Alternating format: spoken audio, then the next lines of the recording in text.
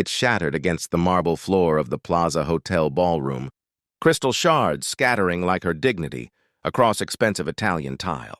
200 heads turned, 200 pairs of eyes, fixed on the girl in the borrowed dress, the waitress who didn't belong here, who should have known better than to attend her ex-boyfriend's engagement party.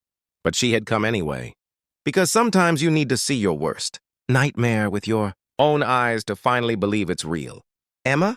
Derek's voice cut through the sudden silence, dripping with that particular blend of pity and contempt she'd grown to recognize in their final months together. What are you doing here? Beside him, Vanessa, blonde, perfect. Vanessa, with her designer gown and trust fund smile, pressed closer to Derek's arm, her 3-carat engagement ring catching the chandelier light like a small, victorious sun. Emma's throat closed.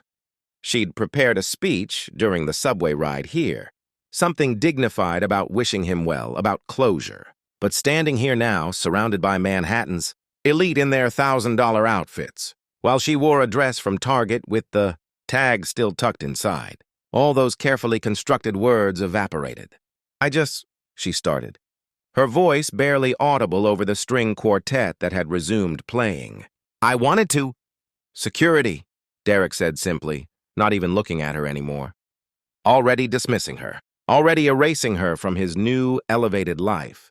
Emma felt the walls closing in, felt every eye judging, measuring, finding her wanting.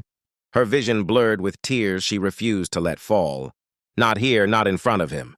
She turned blindly toward the exit, desperate for escape, for air, for anywhere but this glittering prison of her own humiliation, and walked straight into a wall of expensive suit and sandalwood cologne.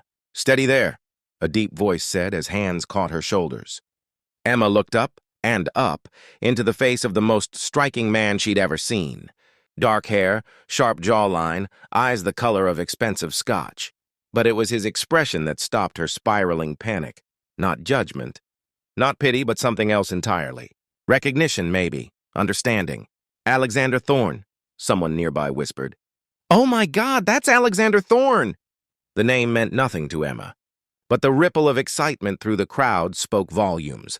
Whoever he was, he mattered here. These people, who'd been staring at her with cruel curiosity 30 seconds ago, now looked at her with something approaching envy. Alexander's eyes, those amber eyes, met hers with an intensity that made her breath catch. Then he did something completely unexpected. He smiled. Not the polite, distant smile of a stranger, but the warm, genuine smile of someone who'd been searching for her all evening. There you are, he said, loud enough for everyone nearby to hear. I've been looking everywhere for you, darling. Emma's mind went blank.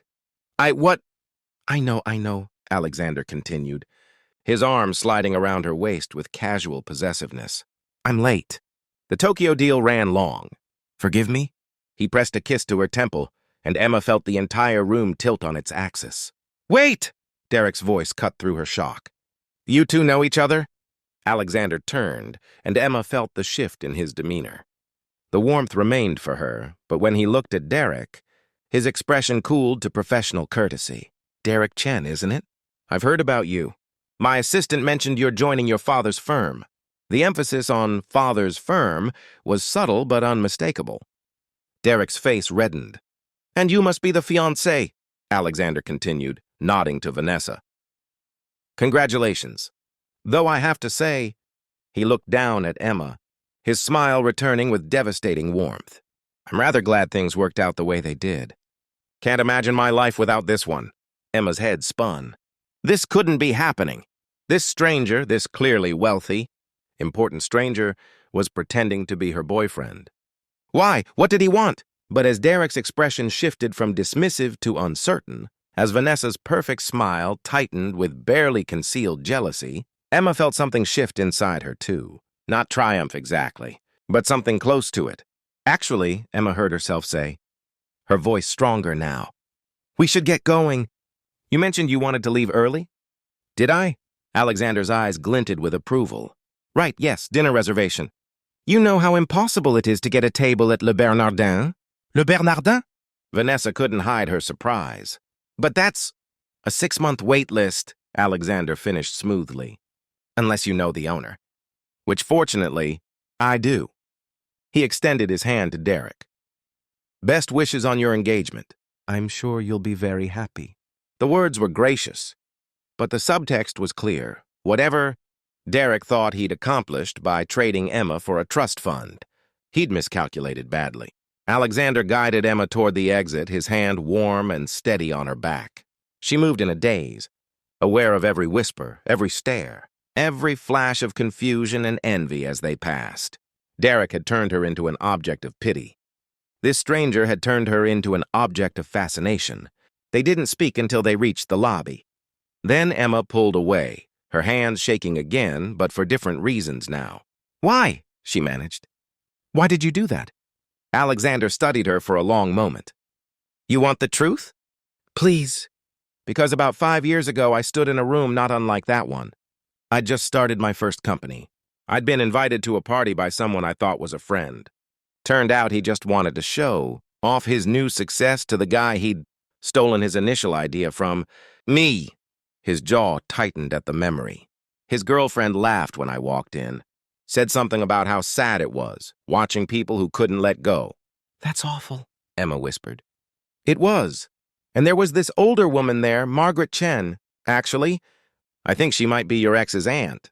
Anyway, she saw what was happening, and she walked right over to me, linked her arm through mine, and loudly told everyone I was her guest, and she was appalled at such rudeness in her presence. He smiled softly. She saved me that night, gave me back my dignity when I thought I'd lost everything. Emma's eyes burned with fresh tears, but these were different from before. So you paid it forward? Something like that. Alexander paused. Also, your ex is an idiot. And I've never liked men who hurt women just to make themselves feel important. A laugh bubbled up from Emma's chest, surprising them both. Thank you, she said. Really, thank you. I don't know how to... Have dinner with me. She blinked. What? That reservation at Le Bernardin? It's real. I was supposed to meet a business associate, but he canceled. And you look like you could use a good meal. And better company than whatever you'd... Fine going home alone tonight. Emma wanted to say yes. God, she wanted to. But reality crashed back in. I can't. I mean, thank you. But I don't even know you.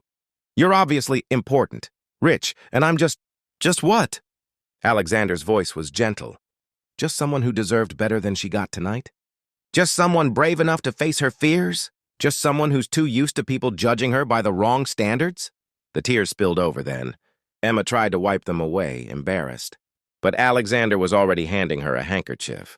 An actual cloth handkerchief, because of course he was the kind of man who carried those. One dinner, he said. No strings, no expectations. Just two people who could use a friend and some really excellent scallops. What do you say? Emma looked at this stranger who'd saved her, this unexpected hero in a $5,000 suit, looked back at the ballroom where Derek was probably already spinning some story to minimize what had just happened, looked at the street beyond the lobby doors, where her small apartment and smaller life waited. Then she looked at Alexander Thorne again and saw not a wealthy CEO or a powerful businessman, but simply a man who understood what it meant to be humiliated and chose kindness instead of indifference. Okay, she whispered. One dinner. His smile transformed his entire face. Excellent. Fair warning, though. I'm going to order the whole tasting menu. Is that a rich person thing? No, that's a I skipped lunch and I'm starving thing. Emma laughed again, and this time it felt real, felt possible. Like maybe the worst night of her life was turning into something else entirely. As they walked out into the Manhattan evening, Emma didn't know that Alexander Thorne had built a multi-billion-dollar tech empire from nothing. Didn't know he'd been named Forbes' youngest self-made billionaire 2 years running. Didn't know that by this time next year, she'd be running the charitable foundation they'd build together, or that Derek would be a distant memory, a footnote in a much larger, more beautiful story. All she knew was that sometimes, when you're brave enough to face your pain, life sends you exactly what you need. Not always what you expect, not always what you thought you wanted, but exactly what you need. And sometimes that comes in the form of a stranger with kind eyes who reminds you that your worth isn't determined by the people who failed to see it. Sometimes that's everything.